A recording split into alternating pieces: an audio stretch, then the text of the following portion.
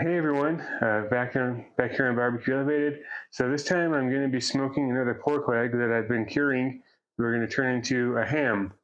I made this last year for Easter, and I'm doing it again this year. This thing has been sitting in this bucket right down here. It's been curing for about 30 days now. So we got it, so it's all nice and pink, which is how I wanted it, and just curing it to basically, and that's how you turn the way you turn a pork leg into a ham is you cure it for however long it takes. It all depends upon the size of it and the weight and all those things. But you cure it and then you smoke it, and that's what turns a pork leg into a ham. So that's what we're going to do today is finish the process of turning this into a ham, getting it ready for Easter. One thing I want to show you guys right here on top. So this was actually, so when I had this in the bucket here, the bucket was right down here. So it's a 20-gallon bucket that it had to fit into. But this right here in the center on top here, if you want to come show it. So this is where it was actually, like, this was the bottom side. So it was sitting down on the bottom in the curing mix. And I think that this year, I think I forgot to flip it. And so the bottom part where it was laying on the actual bucket, you can kind of see it's not as pink. It's not the same color as the rest of the meat. So I think that this part maybe didn't get cured like it should have, just because of the fact that it was touching the bottom of the bucket. So I have to remember for next time, halfway through, to flip it over. But again, it was curing for like 30 days. So it takes quite a while to cure these things. If you want to see kind of my process for curing, I did the cure last year. I did the exact same process this year. So if you want to look that up, feel free to look it up. It's on there from last year on my channel. The only difference is with this year, I didn't do any injections because I had plenty of time for curing it. Didn't feel like I needed to inject it. Wanted to try it and see what would happen without injecting. So I went ahead and just did it without doing that. So what I'm going to do is I'm actually going to use my Pit Boss Pellet Smoker this year. So last year I used my Franklin, and the Franklin did a really great job, but the Franklin created kind of like a bark, which it was the kind of bark that you don't really want to put on a ham, I feel like. So what I want to do this year is I want to try it on the Pit Boss. I want to see kind of how the coloring turns out. I want to see what kind of a exterior that it creates on it. Because with all the other things I've made in the Pit Boss, it doesn't really create a bark, which is kind of what I'm looking for with the ham. Last year also, I spent a lot of time putting a rub on the ham. And you can see how it's like totally different color on top here because it wasn't laying on this side inside the bucket. But anyways, so last year I put a bunch of rub on it, and I just kind of noticed that the rub didn't actually make any real difference. Couldn't taste the rub. There wasn't anything significant about it. So this year I'm not going to put any rub on it. I'm just going to smoke it the way that it is, and then I'm going to create some kind of glaze out of a sauce. I'm not really sure quite yet what I'm going to do, but I'm going to create some kind of glaze on this thing and just put a glaze on it instead of putting rub on it. See how that goes. So when I cured it, I took all the skin off. I trim a lot of the fat away also. The main reason why is because when I'm curing it, the fat and skin prevent the curing mixture from getting into the meat. So I cut all that out so that it can cure well and cure all the way through, which is kind of the goal. If it doesn't cure all the way through, then instead of having ham, you just have just pork. So what I'll do is I'll just put a thermometer in here. We'll smoke it till it gets to 165 degrees, then pull it out and rest it, and then we'll do our taste test on it. One thing about this that I want to mention is on the Pit Boss, I have it set to 250 degrees. So it's a little bit hotter than normal. The reason why is because this thing takes a long time. Even at 250 degrees, it's still going to take about 12 hours to cook this thing all the way through.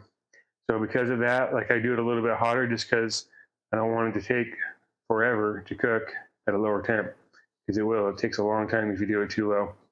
Anyways, I'm going to go ahead and get this in the Pit Boss now and get it going, and we'll just kind of check in throughout the day, show you the progress, and then eventually we'll do a taste test on it. The ham, it's looking really good. It's pretty much finished up by now.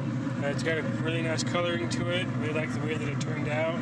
So really excited for this one. Going to pull it off and let it rest, and then we'll put some glaze on it, some sauce on it, and glaze it over in the oven. All right, so I made it, I guess I kind of concocted a little bit of a glaze. I'm using this sauce. It's from Big Daddy Hill's Barbecue. It's called Aloha Hawaiian Barbecue. Using this sauce because it's not like a barbecue-y type of a flavor sauce. It's more like a pork flavored sauce. It has sugars in it and pineapple juice and pineapple in it. So it's not like a traditional barbecue sauce. I think it could actually be a pretty good glaze. Can you go ahead and try it? I diluted it a little bit with just some apple cider vinegar to make it so it's just a little bit more runny, so I can put it on top of the ham. So what I did yesterday is I actually smoked the ham yesterday. It takes a long time to do it. So I did it a day in advance, got it all smoked. When you're doing it a day in advance, you have to cook the ham until 165, and then the next day you can go ahead, pull it out, put it in the oven, and warm it up to about 140 to 150, and then eat it. And it's okay to do it that way. Otherwise, if you want to like just smoke a ham and eat it right away, you can just do it to 140. But we're not doing that. So the other thing too I wanted to mention with the ham, I didn't put any kind of rub on it. Just going to go ahead and do a glaze on it this time. Last time I did it with a rub didn't really seem to make any difference or an impact. So I wanted to just do a glaze this time. I promised my son that we would do a glaze next time. That's what he likes. So we're going to go ahead and do that today. Ham should have plenty of flavor. It's basically been soaking in salt water for a month now. With it absorbing for that long, that amount of time, like it really shouldn't even need a rub, I guess. It should have plenty of flavoring just from basically being bathed in salt water for a month. But anyways, it's in the oven right now, so I'm going to go and open up the oven and put this on and get it spread out and just kind of let it get kind of baked on it and turn into a glaze. Here's the ham. Got my brush out, got the glaze. Really nice coloring to this thing, like looking really great, like it a lot. Just go ahead and dump the glaze on top of it. And then use the brush to spread it around, get all over it. So just going to do this and then let it just kind of sit in here, finish out warming up for the next half hour or so. That's about all that it takes. And I've been warming it up at a bit, I started out warming it up at about 250. I got it turned up to 300 now to finish it out.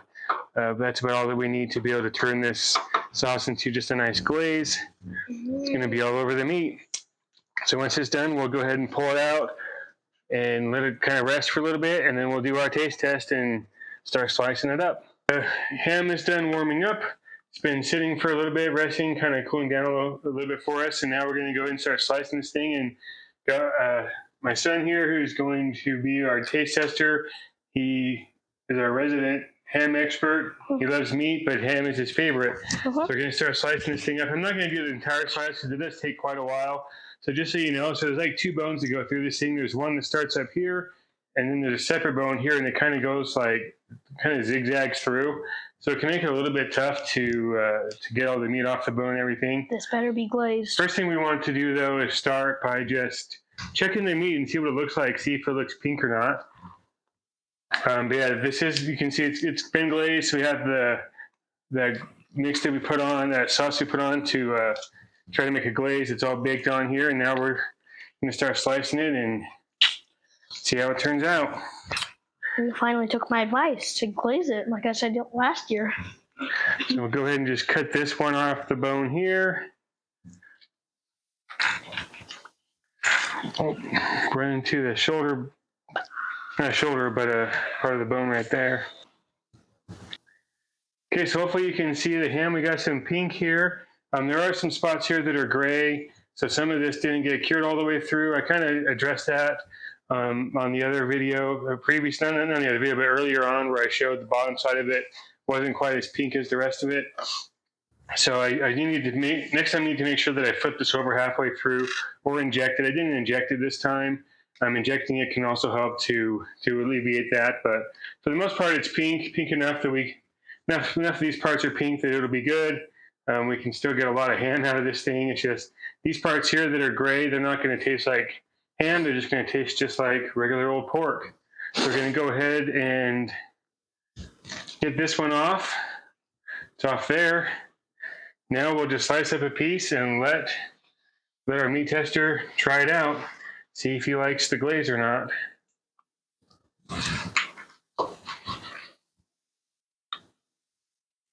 Big piece. Big enough piece? Smaller. It's too big to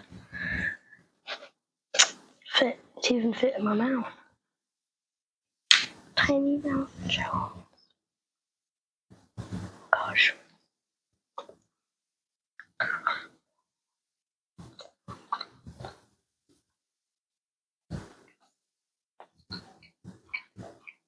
Bada boom. What do you think? I mean, I think it tastes pretty good. It tastes like ham. I'm definitely got, you know, the parts up here that taste like ham. They're definitely cured very well. Try a little piece that has some of that sauce glaze that we tried to make on it.